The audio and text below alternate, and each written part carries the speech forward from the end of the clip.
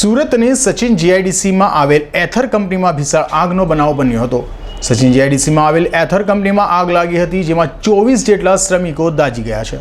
શ્રમિકોને વધુ સારવાર અર્થે હોસ્પિટલે ખસેડાયા છે। એથર કંપનીમાં આગની જાણ થતાં ફાયર બ્રિગેડની ટીમ પણ દોડી ગઈ હતી અને ભારે જહેમત બાદ આગ પર કાબુ મેળવ્યો હતો। સુરતના સચિન જીઆઈડીસી ખાતે આવેલ એથર કેમિકલ કંપનીમાં આગની ઘટના બની હતી।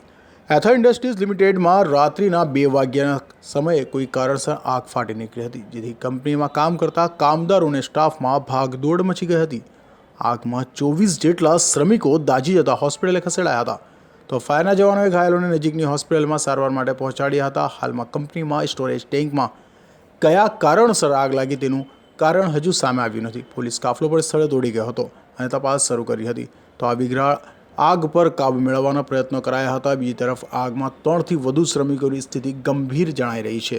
ઉલ્લેખનીય છે કે સુરત મહાનગરપાલિકા અને નોટિફાઈડ એરિયા ઓથોરિટીના ફાયર ટીમ દ્વારા ઘટના સ્થળે પહોંચી આગ પર કાબુ મેળવવાના પ્રયાસો કરાયા હતા અને ભારે જહેમત બાદ આગ પર કાબુ મેળવાયો હતો।